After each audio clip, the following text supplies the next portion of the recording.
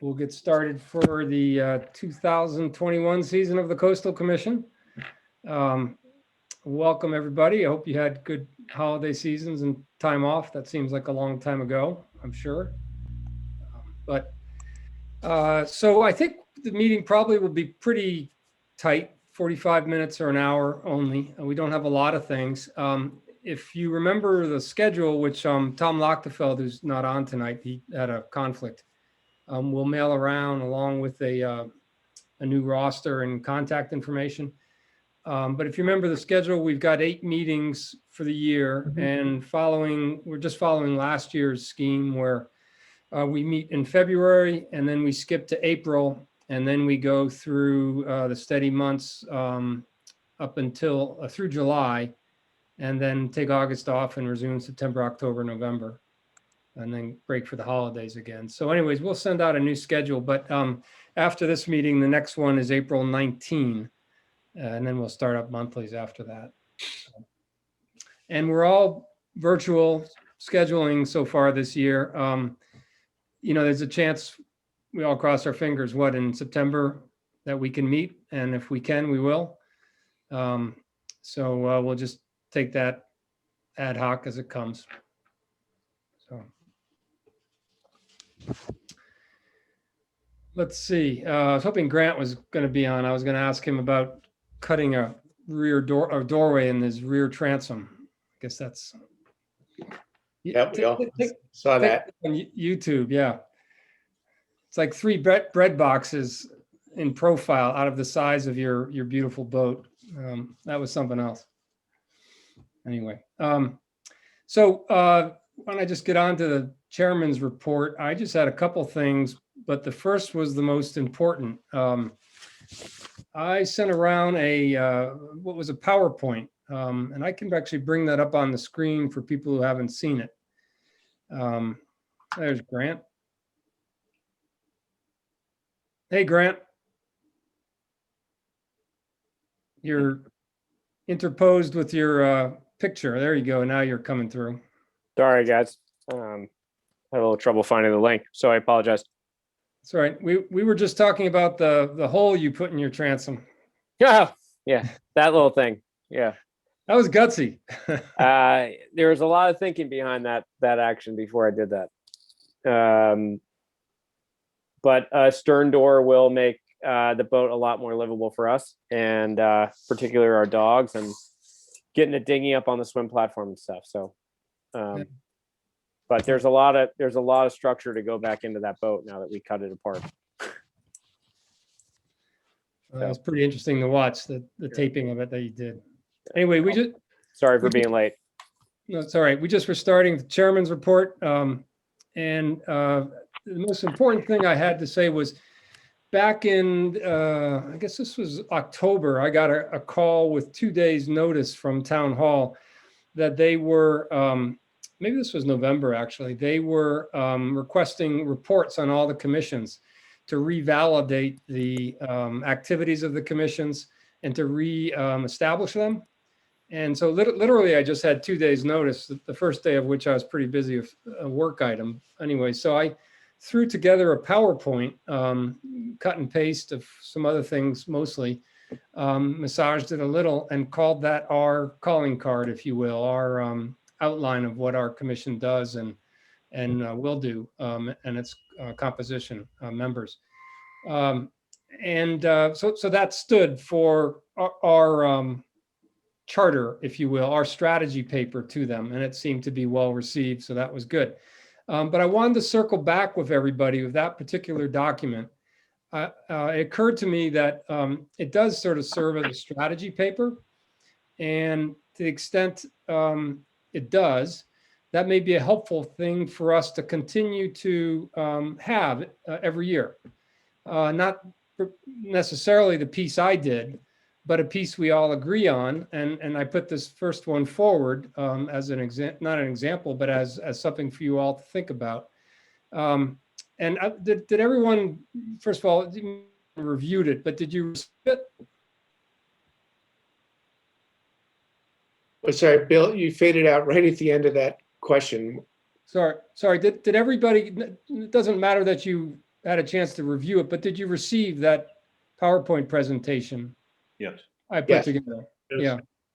So Yep. I don't need to bring it up on the screen to show it to you. It's just like 5 pages long and had a description, verbal description of the commission, its charter, then an interpretation of our duties under that charter, our current set of duties, what we've done in the past year, and then a current roster of commissioners.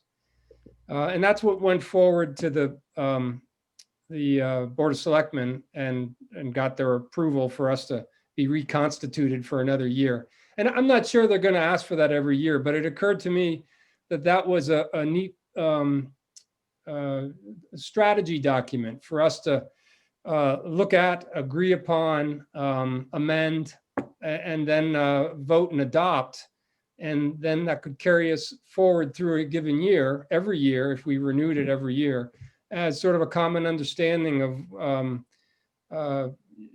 here's the commission, here's what it's currently recently done, and here's what it's currently doing. And what I was going to suggest is I was going to bring up a poll to see if you all agree with that concept. So we do a live polling here.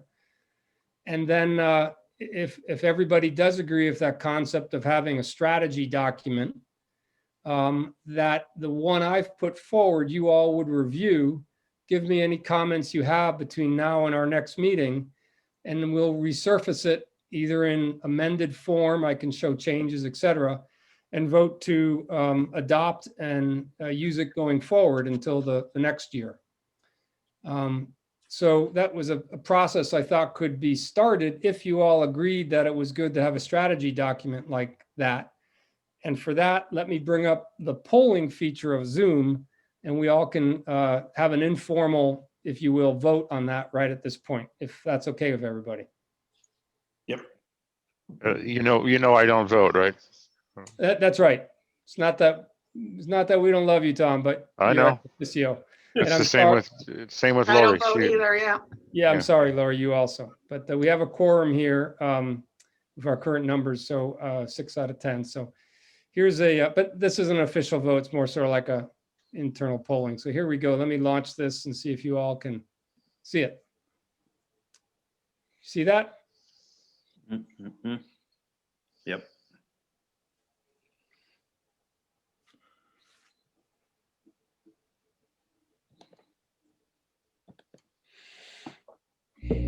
I should note for everybody that the way I have this set up at the end of the poll, I don't think you guys can see who voted for what, but I can see who voted for what. So it's not anonymous. Don't steal this election.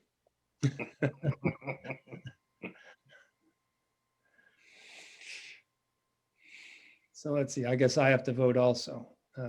No, I guess it won't let me vote. That's interesting. Oh, the poller can't vote? It doesn't appear to show that. Yeah, no, it doesn't account me. So so everybody, I'll end the poll and show you the results, but this is without myself. I vote yes. And can you all see the results? Nope. Okay, so everybody thinks it's a decent idea. Yes. So I'll stop sharing that. And put that to the side. So you've all got a copy of that document. And then what I'm suggesting between now and April 19th, our next meeting, would you all send it back to me with comments? Mm. And if everybody loves it, I'll just put it forward again for adoption. If there are, comments that aren't controversial, I'll just incorporate them. If there are controversial comments, then why don't we resurface those at our April 19th meeting, and those can form a discussion. And we may not get the document adopted then if there's big changes or things we need to vote on, but we'll encounter that as we come to it. And I'm happy. Hey, Bill, one question for people to think about between now and April. Just kind of thinking about the page that says general duties of the commission, is how best to thread the needle between, kind of the reality, which is we do stuff, and the technical fact that we are an advisory board and we don't actually have any powers to do anything. And so somehow we have to figure out how to have that come across properly in this document, I think.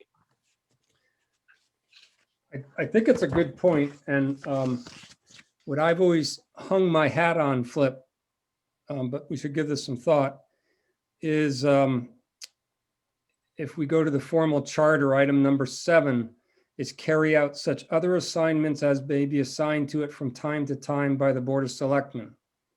So for example, when I started up we started up, excuse me, the UWS program, the water quality, we specifically, Flip, if you remember, you and I went to the Board of Selectmen and made a presentation and got their blessing to do that type of operating activity.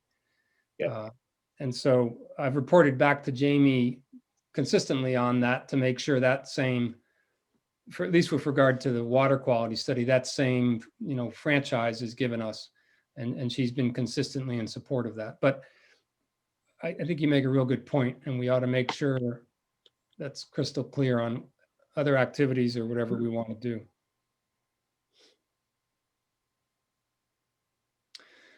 So if we're all sort of in agreement, then I'll make sure the other commissioners who aren't here tonight also know that they should be reviewing that PowerPoint. And I'll come back to each of you if I don't hear from you, looking for your comments. And again, if they're small, I'll just incorporate them and we all can have a chance to review. But if they're large, we'll bring up topics to discuss at the April 19th meeting. And again, the concept would be, we'll vote to amend this, adopt it as is, et cetera, but adopt this as sort of a strategic document and look to repeat it in a year hence. And give us a little guidepost, I think, for going forward, and also for handing off to the Board of Selectmen readily when they ask for our next document to reconstitute ourselves. So my only other matters were a couple of sundry things. The doc applications and or revisions to doc applications keep on coming my way. No more clarity on what to do with them. I did want to bring up, though, the 26 Beach Road dock application, which was for the small inlet on Holly Pond, excuse me.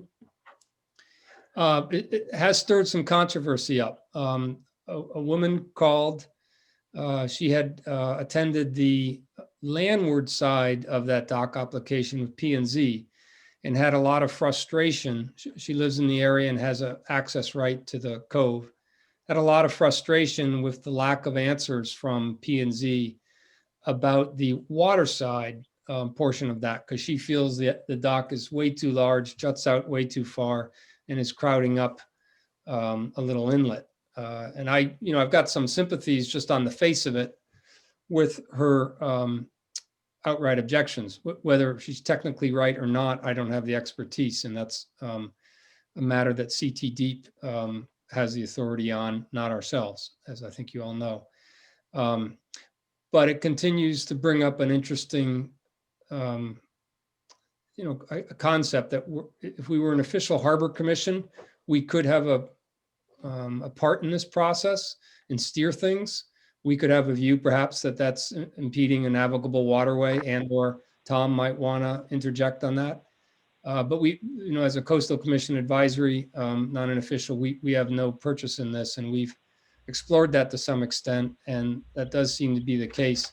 Nonetheless, we do see the information flow here. So at the moment, it's just sort of watch these things come and go and try to understand what our role may possibly be in the future, if anything. So I know we've had discussions on this, and there's not, we certainly don't have support necessarily for doing anything. And I'm not bringing it up to fly in the face of that, just informing everybody what I'm seeing. Just understand that a harbor commission is a totally different organization, and it will mess up all the beaches. because now you have to grant access to people to go to the beach. It's just, you know, the town decided a long time ago not to form a commission. And Yeah, I'm I not don't, doing, I'm not doing a sneaking plug to be a commission. This is just something that keeps on, as an issue area, topic area, keeps on falling in our hands. May one day, be something we say we wish we had more powers on. And I just feel I'll pass the information on in the meantime. I think, Tom, actually, it struck me that this particular application had more pertinence to what is your authority to watch out for navigable waterways. Not that this is a big navigable waterway, but there are people in that cove who conceivably could feel that they're impeded from exiting and entering. I understand. Yeah. But I don't have a view. It's a very specialized area, and again, I'm passing information on rather than bottling it up, because I get it. I get the information. So second item was a blue plan update. Last Thursday, they had a scheduled call of us, they being the Nature Conservancy, who marshals this for CT Deep, just to let us know, while a year behind with their legislative approval because of COVID, there were public hearings on it on February 10. That all went well. There's a lot of letters of support for it. They've got a House resolution bill in front of the legislature right now in Hartford, House HR 53, and it's been sent to committee, environmental committee, where there's not meant to be any issues. So it sits and waits for being approved. Again, a whole year late, but apparently a liked entity. So we would hope that that goes forward and becomes a law, and that becomes a process that the state agencies have to undertake to refer to the blue plan and any things that it necessitates they consider. So, and the only other thing I was going to mention was I passed along, this is really for your reading pleasure, it was completed last fall sometime, Harbor Watch's Fairfield County River survey.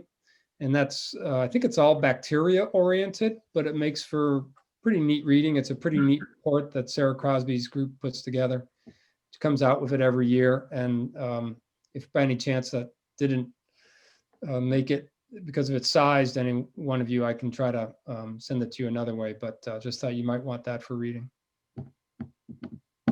Anyways, that was me for the chairman's report. Tom, up to you if you've got anything from the bustling harbor at this point in time. Nothing really. It's just this is one of the first times we've had a pretty active re-enrollment and whatnot. We currently have 255 people who have active moorings in our harbor. We have 168 people on the wait list for moorings. 2 people were terminated today for lack of payment, and another 8 people on the wait list were terminated off of the wait list for lack of payment. So, and our wait lists are pretty high. We have 170 people on the wait list for Darien Harbor. That's the one that most people really care about, but that's about it. Oh, and I'm giving, I have my first mooring appointment in Ziegler's Cove, reassignment in Ziegler's Cove. That's the first one since you've been harbor master? Yes, sir. Wow. Who gave theirs up, or what spot traded? It's as you're going into Ziegler's Cove before you get to the island, the little island on the left. His name is Boher, B-O-H-E-R. And it's being reassigned to Jim Palin.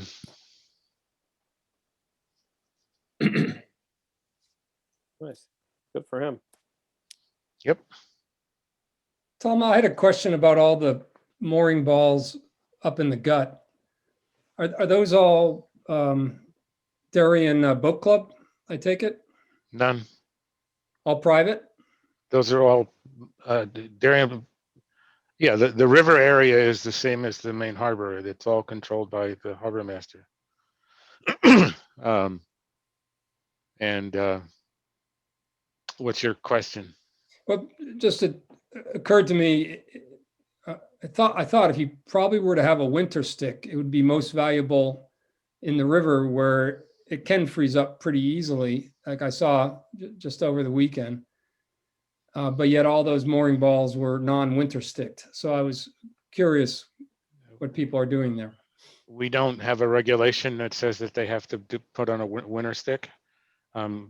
We don't really own the moorings. The permittee is the one who owns the moorings. Never really been a big issue that I can recall, except, you know, it's a ball instead of a stick.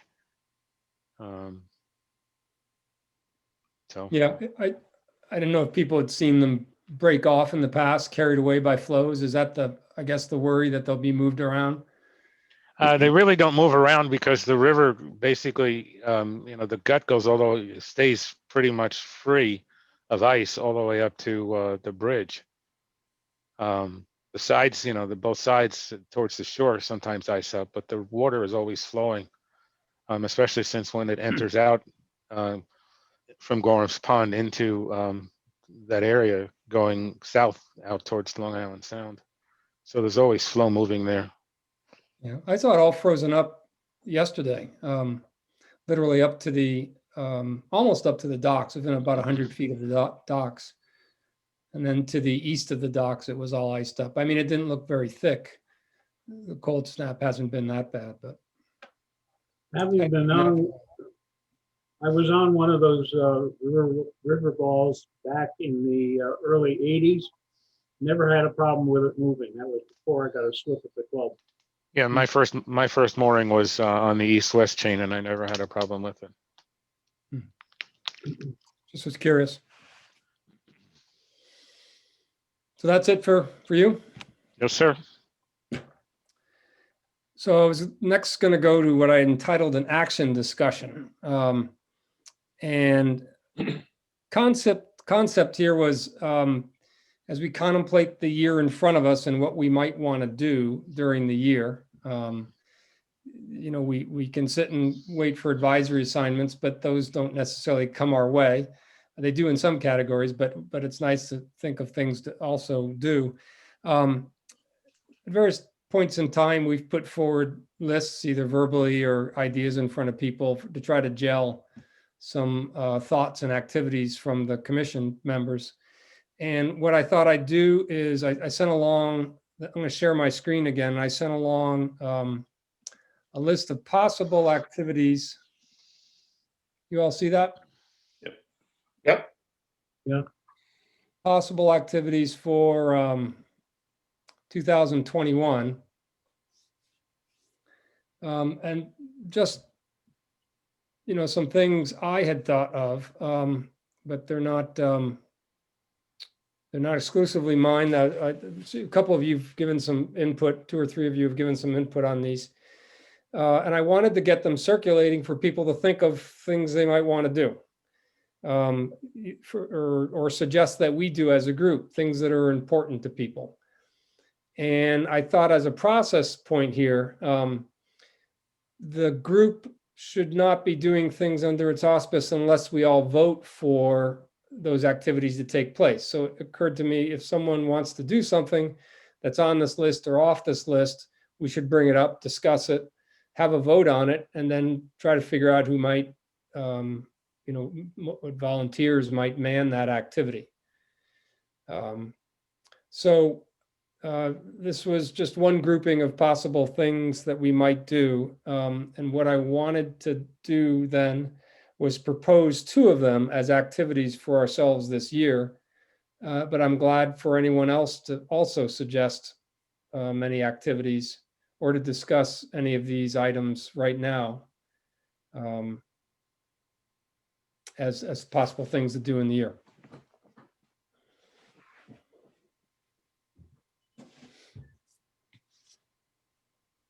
I guess I'll chime in. The lottery for the kayaks and paddleboard was today, wasn't it?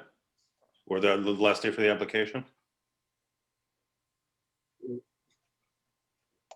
The notice went out that the lottery is starting. It started today, right? Yeah. Emails came today. Scared me on that one. I thought I'd missed my opportunity. I didn't get chosen last year. That was hard. We had a member of the commission who didn't get chosen, so that was hard. Shows it's a fair system though, right? Mhm. Good. Hey, on the mooring equipment, Tom, are you aware that Jeff, I'm sure you are, that Jeff Eng has retired Yes, from Norotan's water activity? And that we've hired a new Norotan has hired a new waterfront manager who will be starting on March 1. Were they going to tell us that? I don't know.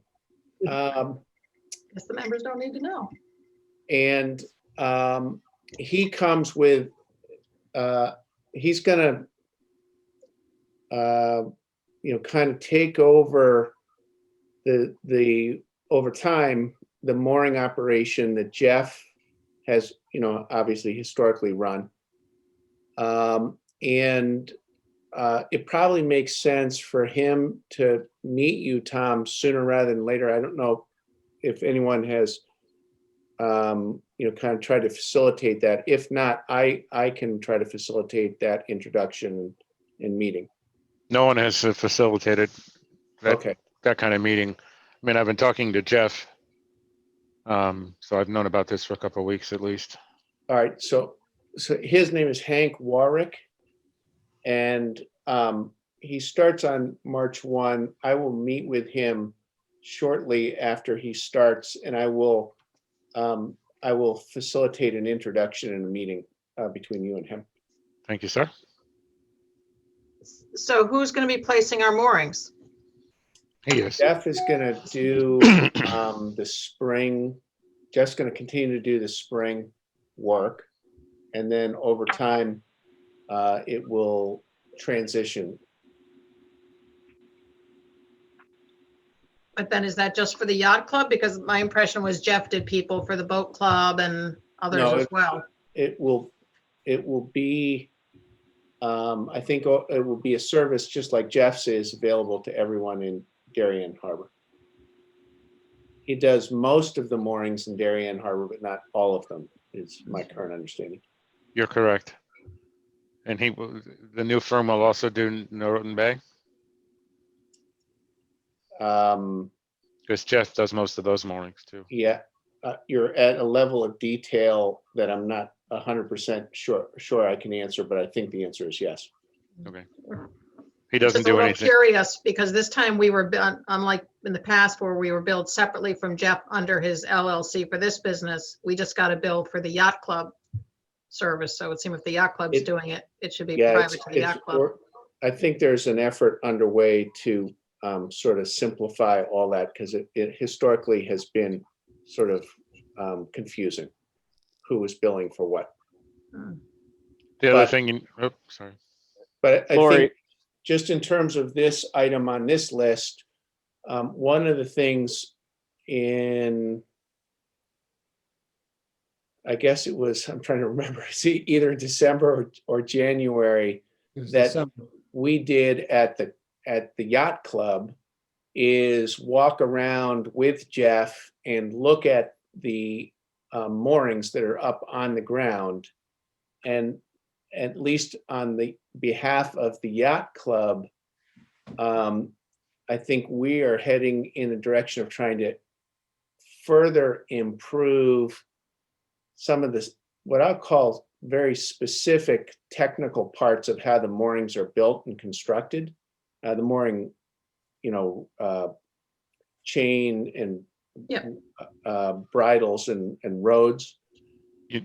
And so, You know the town has codes about those, right?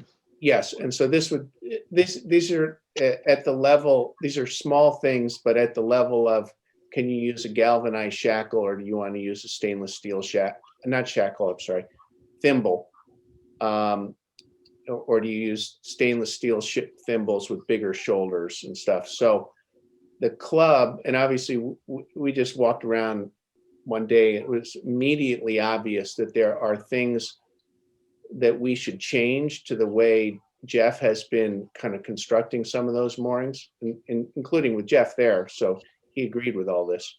And so is probably a broader conversation that we should get you involved with, and, perhaps go and look at those existing mooring standards and seeing if we should tweak them at all.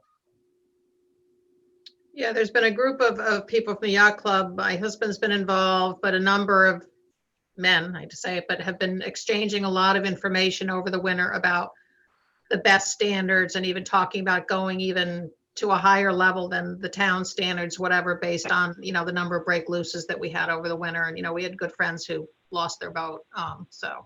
Or not lost it, but basically it's had to be completely rebuilt. So. Yeah, again, the town standards are the minimum standards. And you Yeah, can so- do whatever you want, But as it- long as you but meet it- the minimum. I think that, Tom, it would make sense to, at some point, kind of walk through the storage yard with you and kind of point out some of the observations that we had looking at different moorings and how the thimbles were kind of coming loose or abrading the pennant lines or things like that. And to me, it's a couple, at the level of small changes, but they are pretty obvious and would, I think, be very helpful to make. And at some point, happy to, walk you around, show you some of the things that we were seeing. Sure. Tom, who sets the town standards? Does that come from the state? No, the town set those up a long Yeah, time so- ago. Well, Lori, then should they be revisited, and then B, who enforces them? So Laurie, your question is well primed. Back in April 2012, the Coastal Commission set the last set of standards. Well, Tom set them, but we worked with him to come up with them. Exactly, yeah. So they're put through your website, right? When someone signs up to put a mooring in Darien Harbor, you give them the minimum standard sheet, right? Yes.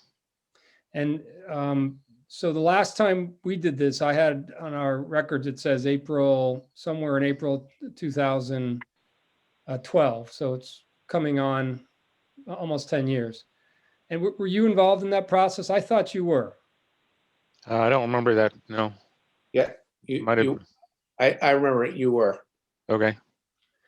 So what I wanted to put forward as a formal vote, since we have a voting quorum here of commissioners, was that I'm going to launch another poll, but this poll I'm suggesting that someone second a motion to vote on the question you have in front of us, which is expressed as a poll, but I'm putting it forward as a motion for a vote. And if someone wants to second that, we would vote on the commission doing a formal review and update of our minimum mooring standards. There is a difference between maybe what is best practice versus what is minimum, but I think I said 2011 here. I think it's actually April 2012. But that's the last time the commission reviewed what was being done up and down the coast at some different clubs. Flip, I think you were instrumental in talking to different clubs and getting sort of a common view of what best practice was or minimum practice. And we haven't done that now for almost 10 years. And I thought between climate change, the bigger storms, and as Flip has pointed out, some new technologies, it's a ripe time for us to do that. And I don't think it's a huge task. So I was going to see if we wanted to take a formal vote on that being an action item for the commission this spring. Would that involve making changes to all existing moorings that are out in Darien Harbor currently, or is this a gradual change? If changes were to be made. Tom, I think you're best to how it works. I think you've had a pretty clear view on it. Yeah, I think it should be for net new, and anybody who wants to do it. But if they have the current standard, they should be allowed to stay. As an example, one of the things that was supposed to change was you're supposed to go to the Doramore style anchors as opposed to the old. I don't even know what they call them anymore, but mushroom anchors. Yes, thank you. And I know that Jeff has been putting those in when it's a net new. But there is like a related issue on that, which is I do think that Jeff, like for instance, when a mushroom mooring has its eye that is rusted to a point where it's dangerously thin, Jeff is now welding new eyes onto those versus saying those have reached the end of their life and they've gone and they should be replaced with now a pyramid mooring.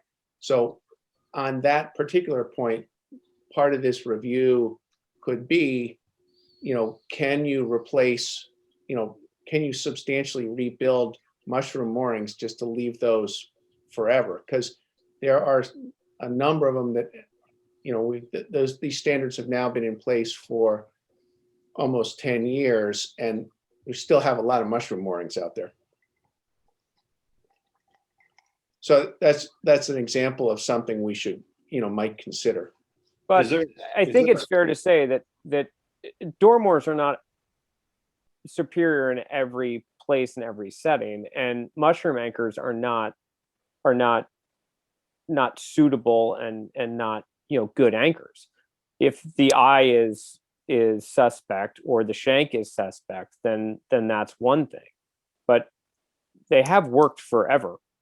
They do have strong holding power, particularly when they're put in the right direction, and especially in a soft, muddy bottom like 90% of Darien Harbor is. I mean, there are some sandbars in Darien Harbor off of Pear Tree and some other spots, but I don't think they're all bad. Repairing them if they're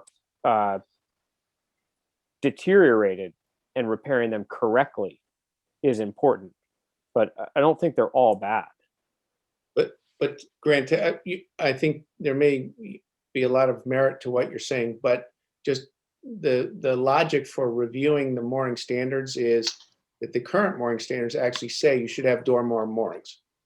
Now, whether you agree with that or not, I think my only point is if we all agree with that, the practice that's out there is kind of facilitating the extension of the life of the mushroom moorings, where you may not want to do that. On the other hand, if we all think, hey, mushrooms are fine if it's in deep mud, then we ought to change the mooring standards, because the mooring standards don't say that. Got it. I wasn't aware that's how those standards were written, and that was the part of it. I think if they're going to be repaired, there should be a standard that makes them as good as new or better, right? And not just a patch, but door moors are good anchors in some places.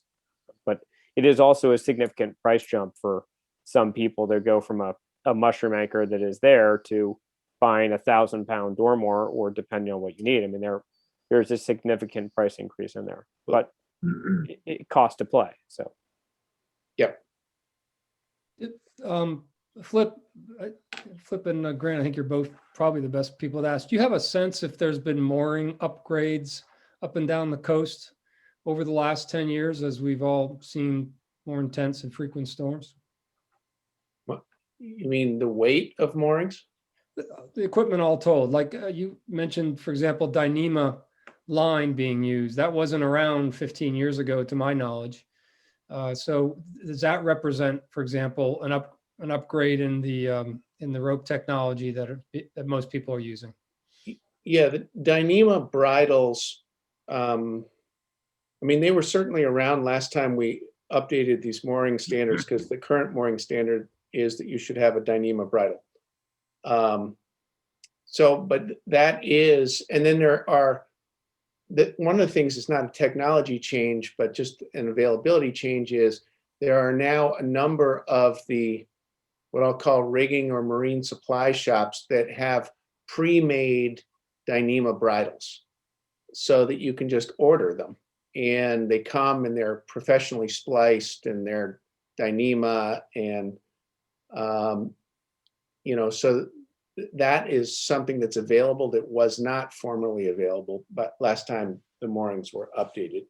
But I mean, to me, looking at the moorings right now, in, you know, a couple of weeks ago, the things that are the most important things and the biggest no-brainers for us to do are very small things that aren't even addressed in our current mooring standards, like the thimbles. And it makes a tremendous, when you go and you look at the moorings, it makes a tremendous difference what kind of thimble you use in terms of how that provides chafe protection on the pennant rope.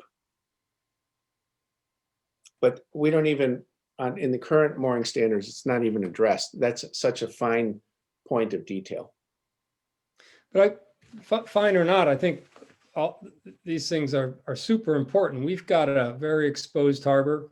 We've all seen through the years, there's breakout boats. I remember one time, I think there were 5 breakouts, including I think it was a 42 Southwester Hinckley, which went upon the rocks off of Pear Tree. That was maybe 10 years ago.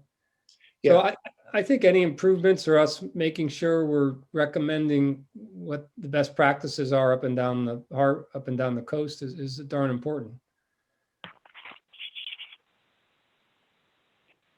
Well, so I think it'd be great for us to, with the voting members here now, of which we've got 6, if we could vote on this a second time, that would make it an action item commission. We just would need to find some volunteers to do it and to come up with a plan and present it to the commission and execute it. And I don't think it's a big assignment. I do think it's an important assignment. So if we've got a second on voting, does anyone agree to put this to a vote?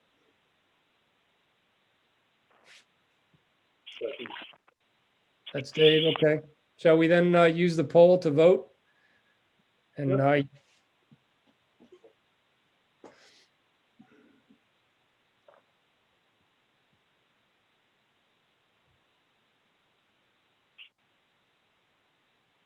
so far, there we go, 4. One more person to vote. Okay, there we go. Okay, so I can't again, but I'm a yes, and I'll show you I'll end the poll and show you the results.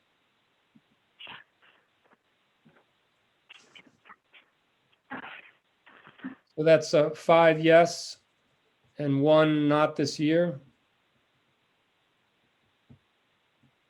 So I think that carries it. So I think that the next question would be, who's going to do this?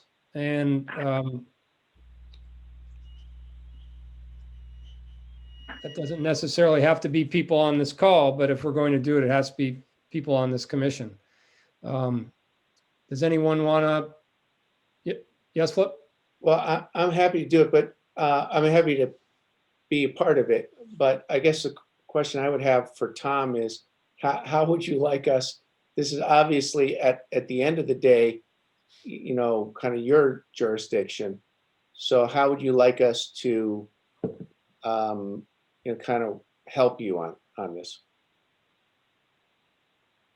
I'm going to need a lot of help on this one. Okay. I think we're going to meet a lot of resistance, as somebody was saying, to making any changes to the existing hardware, especially if it's, you know, going to be expensive. So we need to have a plan that says, you know, I like whoever voted for not this year. I think that's you know, that was an interesting take. But you know, we still have plenty of time because most people aren't in the water until May, and this is February. Well, the changes don't necessarily have to be implemented for this year, but it's getting it going so people can be thinking about it. So it doesn't mean it's hard, you know. Agreed. I think it could be a review of standard practices, existing practices, and a goalpost and if you set the goalpost at 3 years, right? Every mooring is supposed to be hauled and inspected within that time frame, correct? Is that? Yes. Yeah. So that would be an attainable cycle for everyone that says, you know, when you're mooring serviced, you have to upgrade to this, and the mushroom versus dormoor aspect. You know, I see that as that. I don't know. But I find it hard to throw the baby out with the bathwater, as they say, right? You know, but maybe I'm wrong. But just to be clear, the mushroom versus the dormoor is, I personally believe, one of the least important of the actual changes that we could implement. Okay. The things that are important are actually really small, but they are like thimbles. Yep. And when you see the thin gauge galvanized thimbles that have gotten crushed by the pennant lines and are chafing through the top of the pennant lines, you say, how could we ever let that happen? I think if that's a real easy, you know, touch point and a failure point, Yeah. I agree with you 100%. You know, and Yeah. you know that I think that's a great point right there. If that's one of them that's super easy, and you say, hey, listen, this is a wearable part that we can replace for not that much more, and or if it's double the price, it's you know, it's your boat at the end of the day, and it's somebody else's boat. Well, it's more importantly, somebody else's boat. Somebody Yeah, else's exactly. boat. yes. Yeah. Yeah, well, Flip Dunn Vasta, for obvious reasons, has done a lot of research on that. As I said, Lee Morrison, my husband, there's been a whole bunch of them have been exchanging tremendous amount of information on this over the last few months. So I'm sure that they've we'd be been happy to loop involved. you in. They've been in the group that have Okay. gone to kick the tires on the moorings with me. Okay. Frankly, it sounds like the hard part of this has maybe already been accomplished. And the concept of a survey, if the people who volunteer for this want to do that, and I think it makes some sense, you know, it's maybe a half dozen to a dozen calls of reputable clubs up and down the coast and who's doing what, and just try to compare our thoughts with what they're doing. Well, so Flip, you're in on some part on this? Yes. Yep. Okay. And anybody else on the call would like to join Flip, or should we reach out to the other members? Well, obviously I'm in. Yeah, I'm counting that, Tom. Can't escape your position there. All right, well, that's good. We'll put that one aside. I wanted to propose another from the list, and this is, I think, a little easier, but I'm gonna let's see what it is in the poll.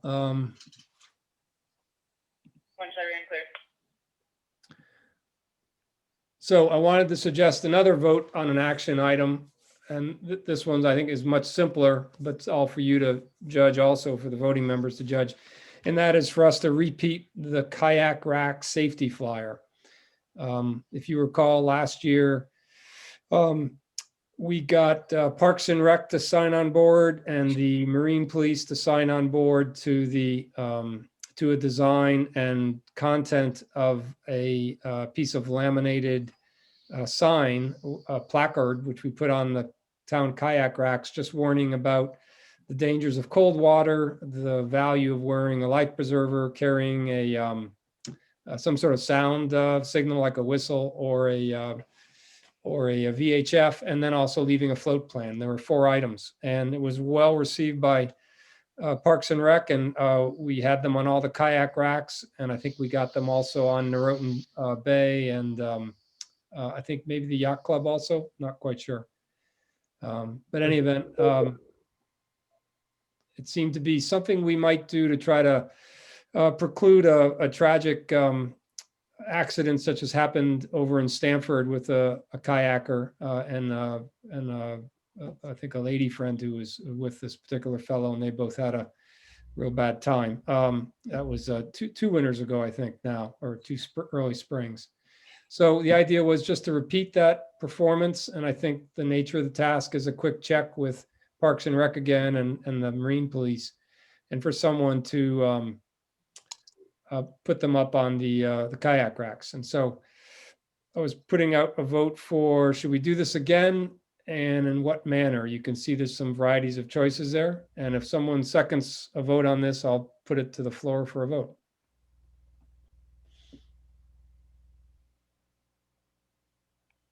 We're getting voting, so is that an implicit second? I think it is. Yeah.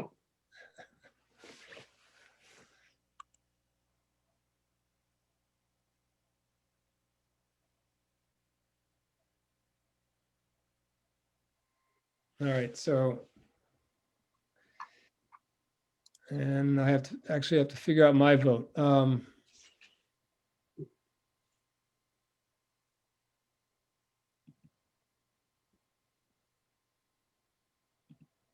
You see the results? And my vote is a yes. I think number 3, though, better form. I think they were large pieces of signage that broke off sometimes. They broke their tie wraps because they wobbled back and forth. I think making them smaller so they fit the racks better would be a better thing. And I guess someone has said better content. I was the author last time. I did bring it around to Parks and Rec and got it approved by them as well as the Marine Police. And I think, if we were to redo them, that process has to be done again. We have to make sure that the town's behind it. Especially. I would also like to suggest that whatever signs are made, that they're offered to the Norotan Yacht Club and the Darien Boat Club as well, because they probably have certainly more kayaks at the Darien Boat Club than I think the town has. They were last year.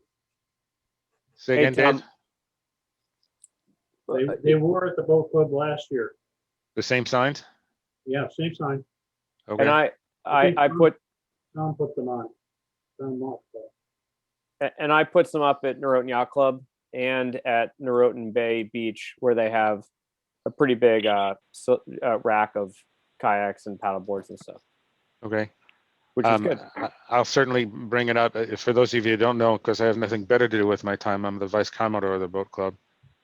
So I will bring it up at our next meeting.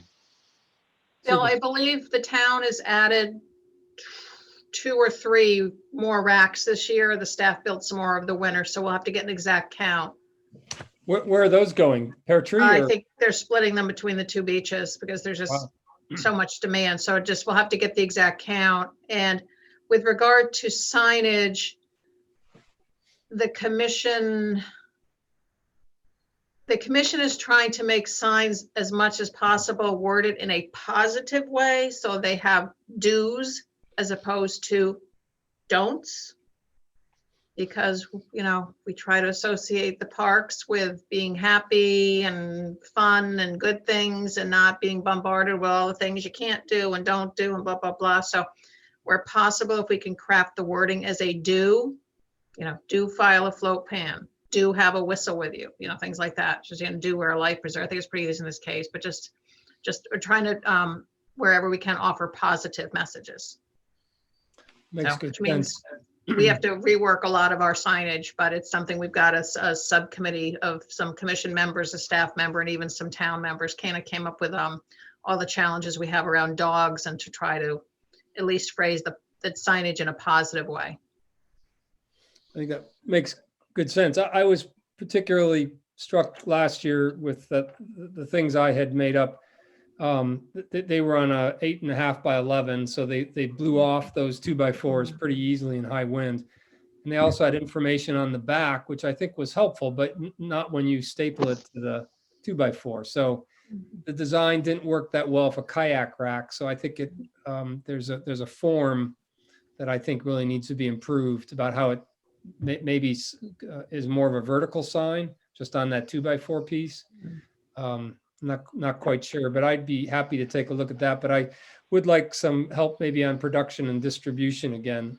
So I can solicit the whole group for who might want to join me on the stapling up job and the running up to FedEx and doing the acetates. It was sort of a pain in the neck, and I think it cost about $100. So wouldn't mind splitting that with somebody.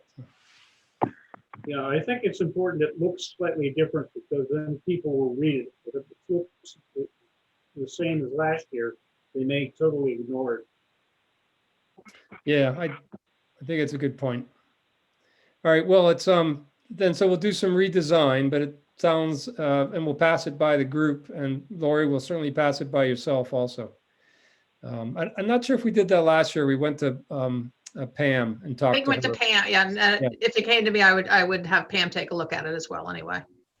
It was nice having the Marine Police also. We, queried them what they wanted on the sign also, so that felt good. So, okay, well, we'll come back on that, but I think so. Those are two action items. I think, so we're, if you will, we've licensed ourselves to do that work this year, and I think as people review the list, including the members who aren't here today, I think, if we want to do more on that list or things that aren't on that list, I think this is the process. We bring it up for a discussion, we bring it up for a vote, and we have to figure out how we're going to staff it. So I'd like to keep the action discussion item on each agenda. And to the extent it's not new items, we can talk about how some of the previously approved and staffed actions are going.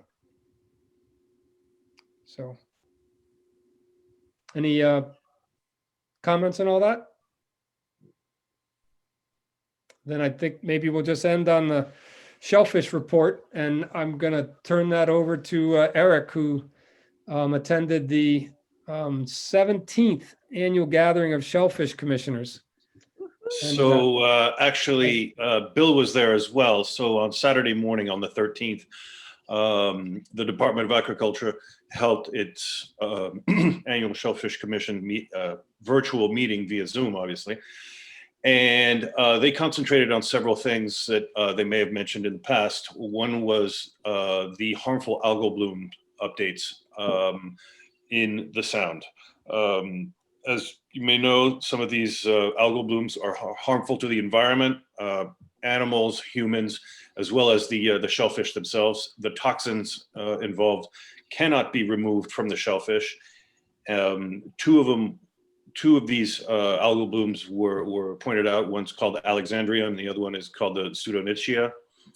And luckily, we have not had a significant algal bloom in the area. The only place that was of concern was near Groton, near the submarine base. And that is already dated by a few years. If I recall, Bill, she said 2001 or 2007. It was a while back. It's been a while, so overall that there haven't been any HABs in the area for quite some time. One of the emerging threats, which is something that is also mentioned in the Fairfield County Rivers report that Bill passed out earlier, is the cyanobacteria, which is essentially a freshwater algal bloom. And so they have been much more prevalent. And last summer, they actually had a significant amount of them in Greenwich in July of 2020. Let's see, one of the other things they were talking about. So the two kinds that they had were MSX and Dermo. And one of the things that was brought up was also with regards to water quality. If you recall, last summer, there was an incidence of flesh-eating bacteria throughout the Sound. So if anybody had any kind of open sore or cut or anything of any kind, and they were actually swimming in the Sound, that they could be exposed to this Vibrio vulnificus flesh-eating bacteria. It's actually very serious, and at this point, there really is no cure.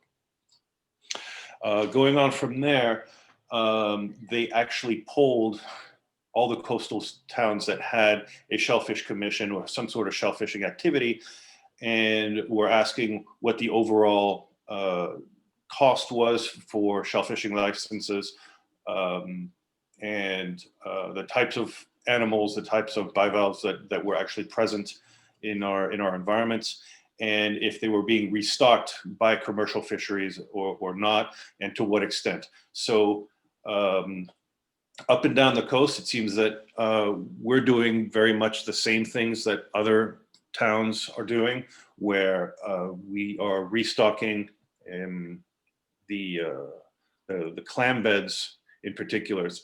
But it seemed that I didn't see anybody restocking oyster beds, and that holds true across the coast, and that's why the oysters are predominantly controlled by the Pramers, the blooms, and so forth. And I was actually impressed to see that there really is such a large amount of harvesting that goes on along the Connecticut coast. I didn't think it was that prevalent, but every town sells a significant amount of fishing licenses. And I guess I wanted to see if there was a way for us to be able to promote it more. But the issue that we have here is that the access to the grounds are, of course, privileged to people who have boats, because there really is no land access to them. But overall, it was a good meeting. I was a little tripped up when it came to talking about what the various shellfish commissions were doing. I stood in and just gave our version of events and mentioned that we didn't know if we had gotten stocked up this year for clams. We've had our the private shell fisherman who was to do it, didn't have his GPS verify that he had done it. And he was under a special arrangement this year to have his GPS on when he was stocking our beds, if you may recall some of that discussion last year. So we're not quite sure if our beds have been stocked or not. And I don't know how much we want to be concerned about that. I think I've heard Tom Lochtefeld say there's just so many clams there, there's probably not a problem to not be 100% sure if you've been restocked this year. I don't know, David or Eric, do you have views on how much how we could figure out if we were restocked, and how much we should be concerned if we didn't get our 50 bushels down this year? So one of the things, the individual, I spoke to him, and I was told, or he told me, that it had been done and was going to verify to make sure that it was done. But one of the things we don't know is how many clams were actually harvested for recreationally in those areas. I mean, we're entitled to, I think it is a half a bushel a day. We don't know how many were actually taken from the ground. So it's kind of hard to say what the quality is, or the sheer amount of clams that we actually have available currently. I think the only way that anyone knows, the quality of, or the volume of clams that those beds hold, is to get out there in the spring and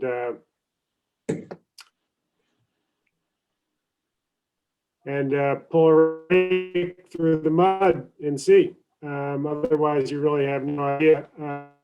I personally have the sense to really know where to put them, absent specific knowledge of spending time in those beds. And if the clams were deposited there, I'd say there's fairly high probability that they were placed inaccessibly to people who might want to go after them recreationally.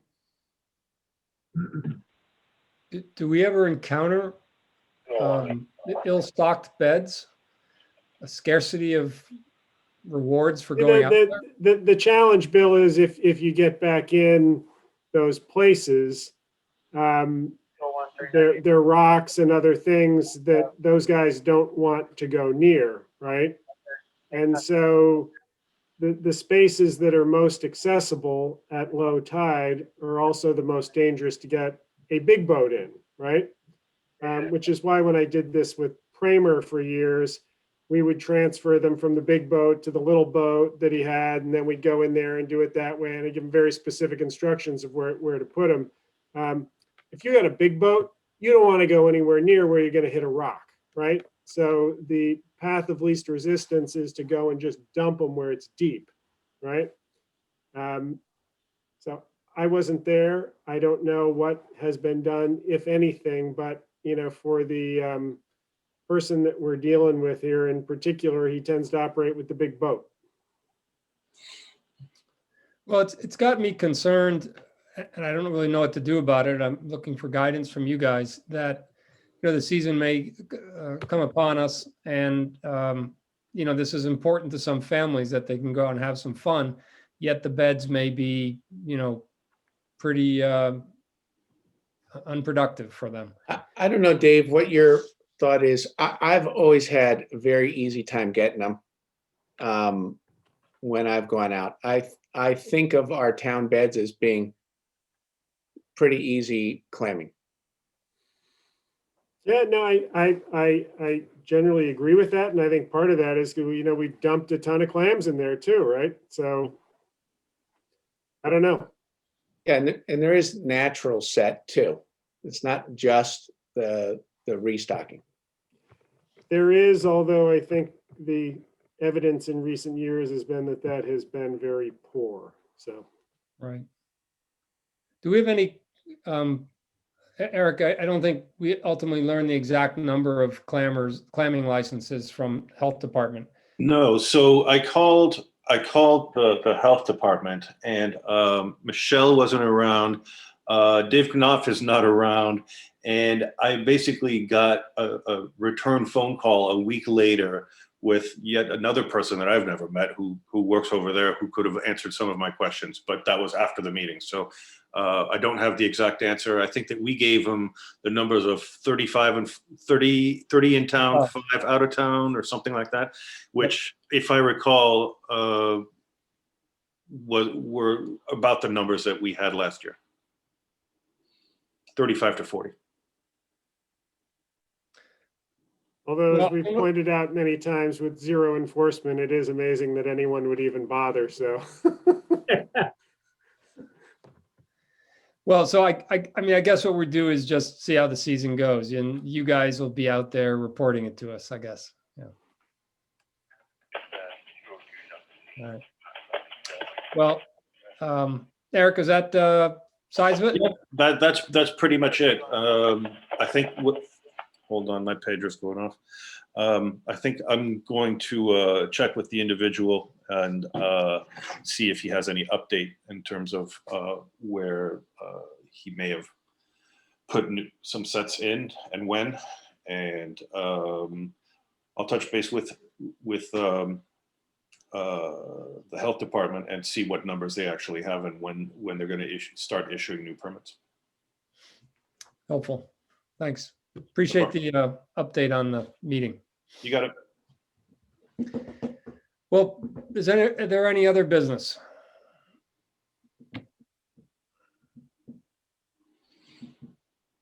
If not, then I think I'll close us out. And we won't meet then for another 2 months, not till April 19. But I'm with this, if you want to call it the strategic PowerPoint, I'm glad to have discussions with anybody one-on-one on the phone, if you'd like, on any of the concepts within it and suggested changes. So feel free to reach out. I'll send an email around also, but feel free to reach out and talk about things. Sounds good. Thanks, everybody. All right, I'll close it out. See you all. See you guys.